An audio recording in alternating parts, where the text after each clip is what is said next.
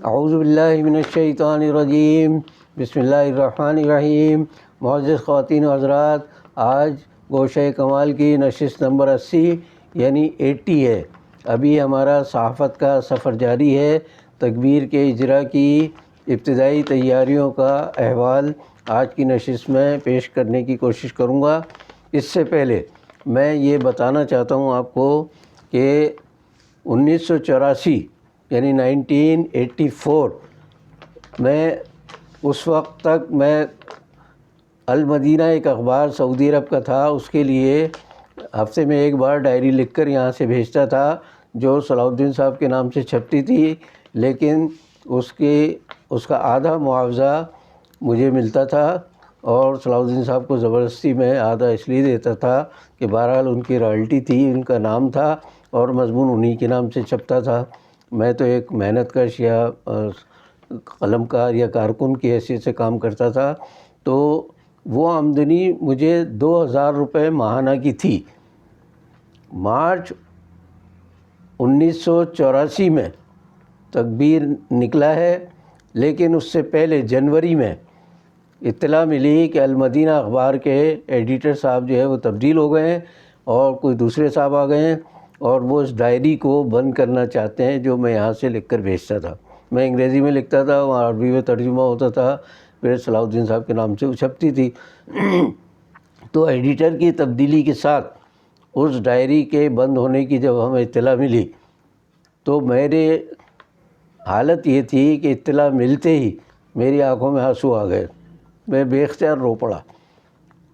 اس کا مطلب یہ نہیں تھا کہ مجھے فکر تھی کہ آمدنی میری کم ہو گئی ہے یا معاش کا ایک حصہ مجھ سے چھن گیا ہے، یہ نہیں تھا، بلکہ میں پہلے بتا چکا ہوں کہ یہ اضافی آمدنی صلاح الدین صاحب نے اپنی مہربانی سے مجھے دلائی تھی۔ اس کے بند ہونے کا مطلب یہ تھا کہ مجھے والد صاحب کی فکر ہو گئی۔ والد صاحب عرصہ دراز سے علیل تھے، بستر پر تھے وہ، تو ان کے ماہانہ اخراجات تقریباً 1400-1500 روپے ہوتے تھے۔ 2000 روپے بند ہونے کا مطلب یہ تھا کہ مجھے ایک دم فکر ہوئی کہ میرے والد کی زندگی اب معلوم پتہ نہیں کتنی رہ گئی ہے۔ اس فکر سے کہ والد صاحب شاید ان کا آخری وقت آ گیا ہے اور اسی لیے اللہ میاں نے پہلے سے آمدنی ان کے حصے کا جو مجھے الگ سے ملتا تھا پیسہ وہ اب ختم ہو رہا ہے۔ تو خیر ہوا یہی کہ جنوری میں اطلاع ملی اور اپریل میں والد صاحب کا انتقال ہو گیا۔ تو میں یہ کہہ سکتا ہوں کہ 2000 روپے جو آمدنی ملتی تھی اس میں 1400-1500 روپے ان پر خرچ ہوتا تھا، ان کے علاج معالجے پر، اور باقی جو 400-500 روپے بچتے تھے وہ شاید اللہ میاں میری مزدوری دیتا تھا۔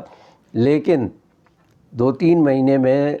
جو بچا کچا تھا وہ، اور اس سے پہلے جو یعنی اضافی 400-500 روپے جو میرے حصے کے تھے تو ان کے کفن دفن پہ خرچ ہوئے، اس لیے کہ سب کو پتہ ہے کہ کراچی میں کفن دفن بھی آسان نہیں ہے۔ سوسائٹی کا قبرستان PCHS کا جو کہلاتا ہے وہ تو ویسے ہی بند ہو چکا تھا، وہاں قبر کا حصول نہایت مشکل تھا۔ بہرحال میں چونکہ وہیں رہتا تھا خالد بن ولید روڈ پر، تو میری خواہش تھی کہ والد صاحب کی تدفین یہاں ہوں تاکہ وقتاً فوقتاً فاتحہ خوانی کے لیے حاضر ہوتا رہوں۔ خیر یہ ایک ضمنی بات تھی، لیکن صحافت کے حوالے سے تھی کہ مجھے صحافت میں الگ سے جو آمدنی مل رہی تھی اس کا اللہ نے کیوں انتظام کیا تھا۔ اب ایک بات یہاں یہ بتانا چاہتا ہوں کہ اللہ تعالیٰ نے میرے ساتھ یہ معاملہ رکھا کہ میری آمدنی جو ہے ضرورت سے زائد کبھی بھی نہیں ہوئی۔ اس آمدنی میں جتنی میری ضروریات ہوتی ہیں وہ اللہ کے فضل سے پوری ہوتی گئی، لیکن جہاں کہیں اضافی آمدنی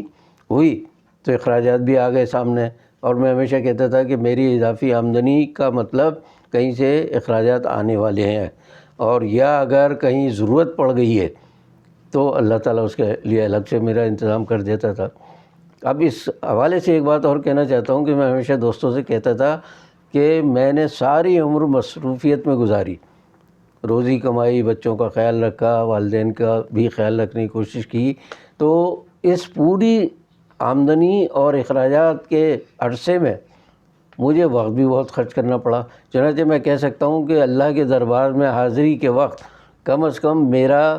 وقت اور پیسے کا زیادہ حساب نہیں ہوگا۔ بڑی آسانی سے میں اللہ کے یہاں بتا سکوں گے یا اللہ تو نے اتنا وقت دیا تھا اتنا صرف ہو گیا، اتنا پیسہ دیا تھا اتنا صرف ہو گیا، باقی جو حساب کتاب کرنا ہے بخشش کرنے والا تو ہے، جو چاہے میرے ساتھ سلوک کرے۔ اب میں دوبارہ آتا ہوں تکبیر کے اجراء کی جانب۔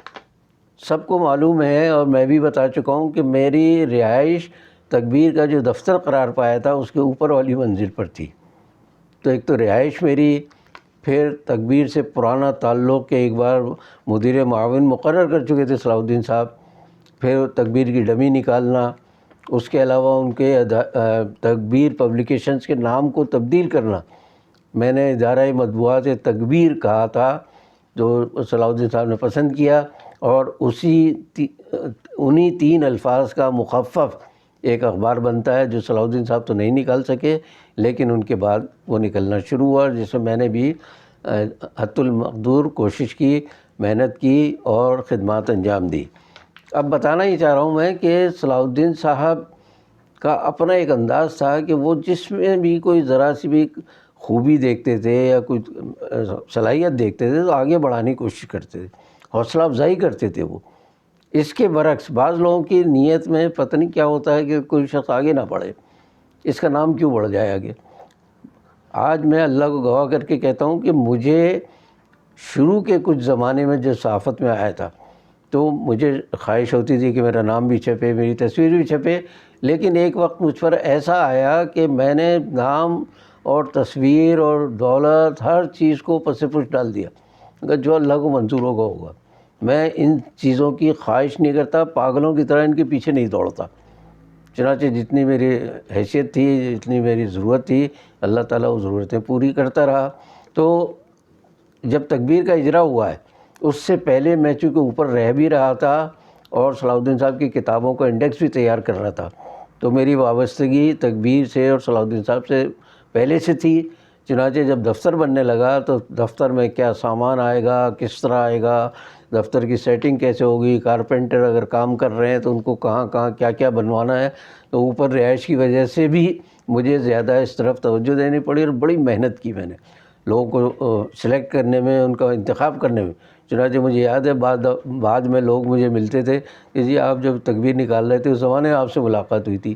تو بھائی میں تو نہیں نکال رہا تھا، صلاح الدین صاحب نکال رہے تھے، لیکن اس وقت میرا چونکہ بہت قریبی تعلق تھا تو اس لحاظ سے لوگ مجھے اس کے بانیوں میں شمار کرتے ہیں، ان کی مہربانی اگر کرتے ہیں تو، ورنہ جو صلاح الدین صاحب کے جو قریبی ساتھی ہونے کے دعوے دار تھے وہ تو شاید میری کوئی حیثیت ہی نہیں سمجھتے تھے۔ اس کی ایک مثال میں دے رہا ہوں آپ کو کہ تکبیر کے اجراء کی پہلی خبر میرے ہاتھ سے جاری ہوئی اور اخبارات میں چھپی۔ اس کے بعد صلاح الدین صاحب کے ایک بڑے بااعتماد ساتھی، انہوں نے ایک مکتوب لکھا، ایک خط لکھا، وہ تھا دراصل تعارفی خط کہ اب ہم جو ہیں تکبیر نکال رہے ہیں اور قلمکار حضرات ہمارے ساتھ تعاون کریں، تو تعاون کے لیے تھا وہ، لیکن جو مکتوب لکھا گیا اس میں بتایا گیا کہ فلاں فلاں اہم قلمکاروں کا ہمیں تعاون حاصل ہو گیا ہے۔ ظاہر ہے جو اہم قلمکار تھے ان کے نام تھے ہی، لیکن مجھے دیکھ کر یہ بڑی حیرت ہوئی کہ جن کا صحافت سے یا علم و ادب سے کوئی تعلق نہیں،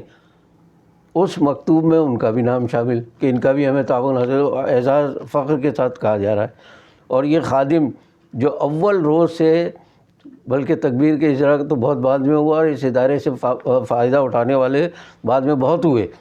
یہ مزدور کی حیثیت سے شروع سے کام کر رہا تھا، اس کا نام اس میں لکھنا گوارا نہیں کیا انہوں نے۔ اب وجہ مجھے نہیں معلوم، یا تو وہ میری کوئی اہمیت ہی نہیں سمجھتے کہ میں بھی کسی قابل ہوں، یعنی میں حیران ہوتا ہوں کہ ایسے لوگوں کے نام تھے اس میں کہ جن کا کبھی صحافت سے تعلق بھی نہیں رہا، اس مکتوب میں ان کے نام کہ صاحب انہیں فلاں نامور قلمکاروں کے کا ہمیں تعاون حاصل ہے۔ تو میں اس کا ایک دوسرا پہلو، انسان ہوں ظاہر ہے، پتھر تو نہیں ہوں میں، تو مجھے اندازہ ہوتا ہے کہ شاید حسد کا کہیں نہ کہیں پہلو کام کر رہا تھا کہ یہ شخص ابتدا سے اس نے ایک اخبار کا جو آئندہ نکلنے والا اس کا نام بھی دیا ہے، صلاح الدین صاحب کے ساتھ اس کا قریبی تعلق ہے، راتوں کو دفتر نیچے اور گھر میرا اوپر ہونے کی وجہ سے صلاح الدین صاحب بے وقت بھی آتے تھے، میں بیٹھتا تھا ان کے ساتھ، ان کے اگر بیرونی دورے ہوتے تھے تو ان کی پلاننگ یا ان کے یعنی جو تقریر کرتے تھے انگریزی میں وہاں، تو اس کو ہم بیٹھ کے مل جل کے ٹھیک کرتے تھے۔ تو یہ ہو سکتا ہے قریبی تعلق پسند نہ آئے ہو۔ اور میں ایک اور حوالے سے مجھے اس وقت اچانک یاد آئی یہ بات کہ صلاح الدین صاحب کے انتقال پر مجھ سے، ان کی شہادت پر مجھ سے کہا گیا کہ آپ کیوں نہیں لکھتے ان پر کبھی۔ میں چھوڑ چکا تھا اس وقت تقبیر، تو میں نے کہا ابھی تک سچ بتا رہا ہوں کہ میں ابھی ذہنی کیفیت ایسی نہیں ہے کہ میں کچھ لکھ سکوں، اتنا صدمہ ہوا مجھے۔ تو جو صاحب تھے تقبیر کے اس وقت ایڈیٹر یا انچارج، انہوں نے مجھے کہا کہ نہیں آپ کا اتنا تعلق رہا، آپ لکھیے۔ میں نے کہا اچھا بھائی آپ کہتے ہیں تو لکھتا ہوں۔ میں اسی دن رات بیٹھ کر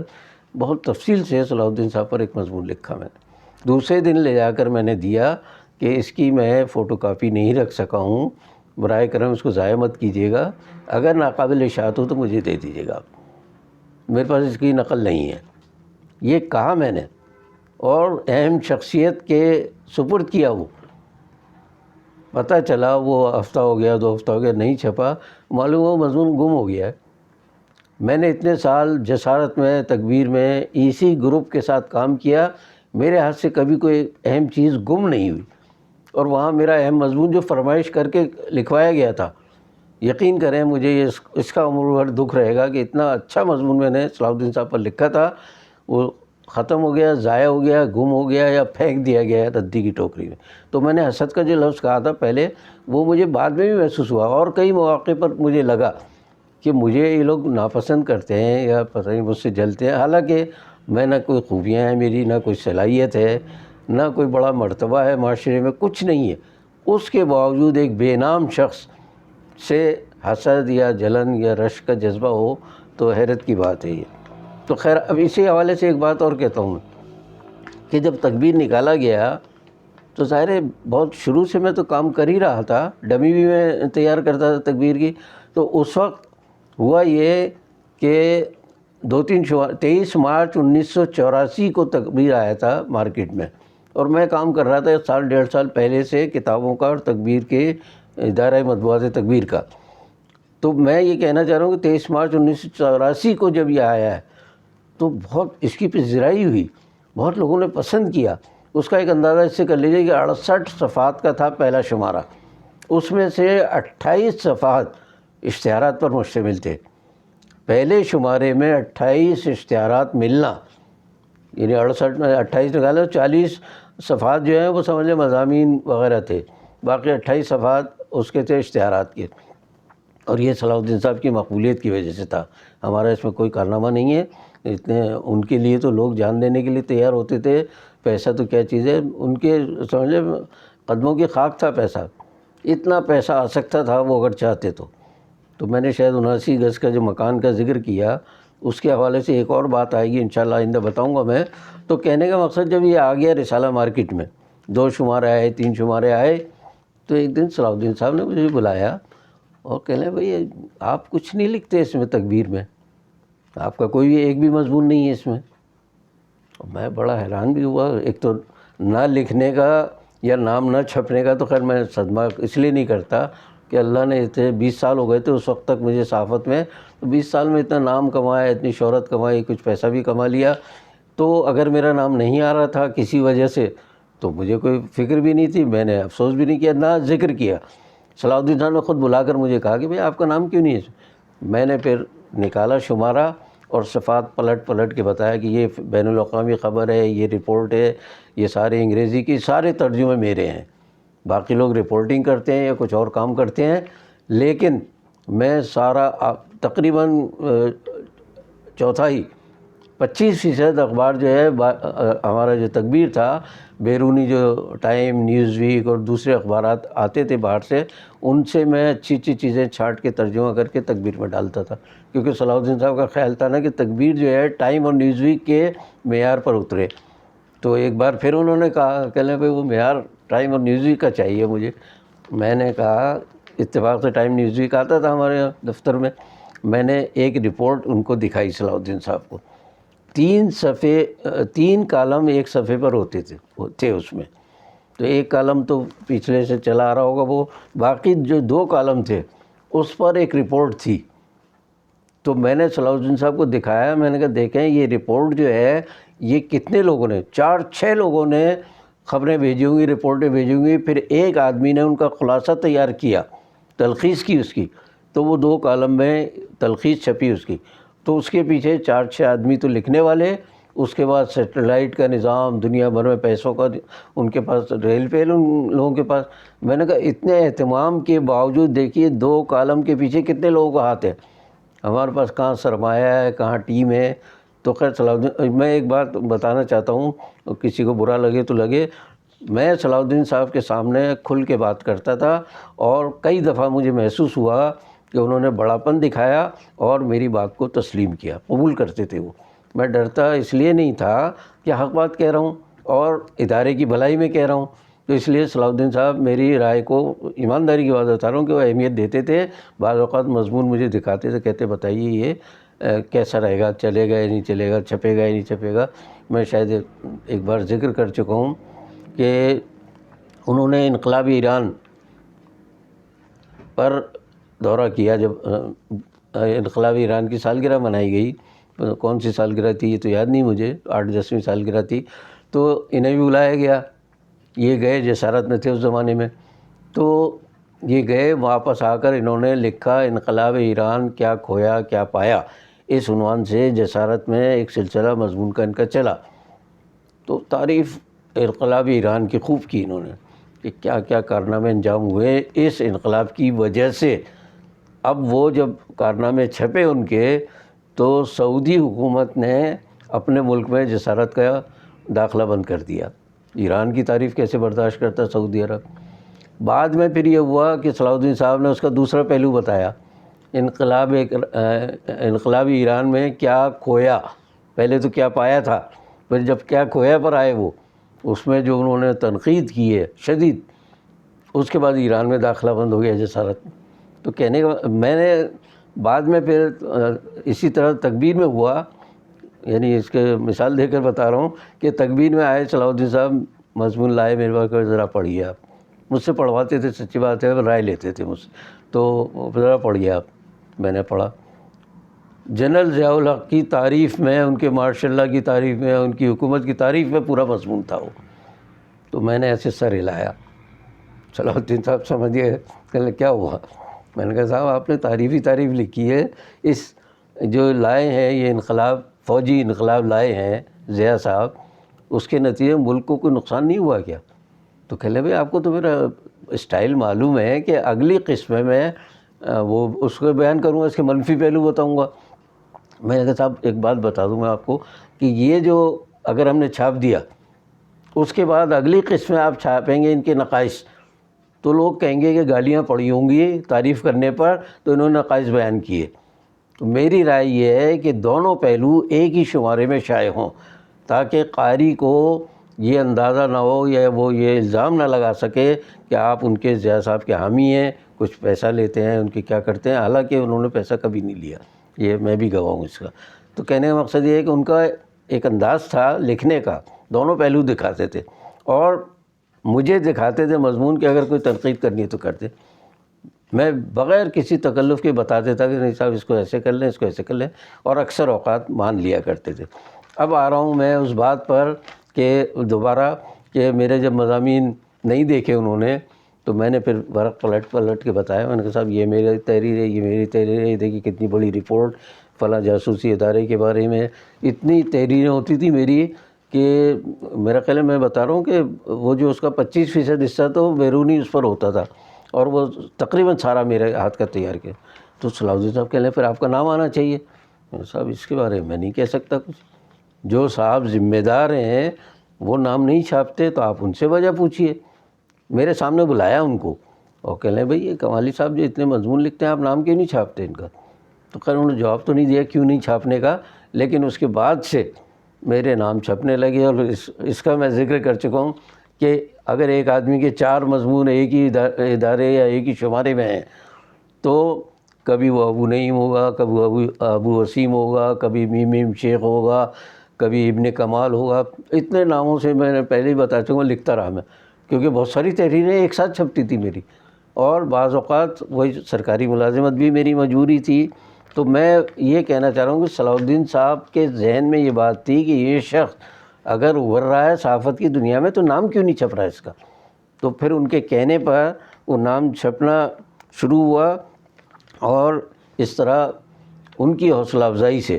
بہرحال میں آگے بڑھا، اور اللہ نے جو بھی مقام دیا مجھے مقام کی کبھی پرواہ نہیں رہی، اس لیے کہ یہ سارے نام و نمود اور یہ ساری چیزیں اسی دنیا میں رہ جائیں گی۔ مرنے کے بعد چند تعزیت نامے آتے ہیں اور 4-6 دن کے بعد بڑی سے بڑی شخصیت کو لوگ بھول جاتے ہیں۔ تو میری تو حیثیت کیا ہے کہ میں کہوں کہ جی میرا نام بھی چھپے اور مجھے یہ تصویر بھی چھپے اور خوب میری واہ واہ ہو، مجھے ضرورت نہیں ہے۔ اللہ کا شکر ہے، اصل حساب اللہ کے ہونا ہے اور ان کا اور میرا سبھی کا ہونا ہے، تو اسی کی فکر ہونی چاہیے انسان کو۔ تو میں آج اپنی اس گفتگو کا، جس میں تھوڑی سی تلخی بھی شامل ہو گئی ہے، اختتام اس بات پر کر رہا ہوں کہ آپ میرے پروگرام کو اگر پسند کرتے ہیں تو اسے سبسکرائب کریں، لائک کریں اور شیئر کریں۔ باقی بشرط زندگی باقی۔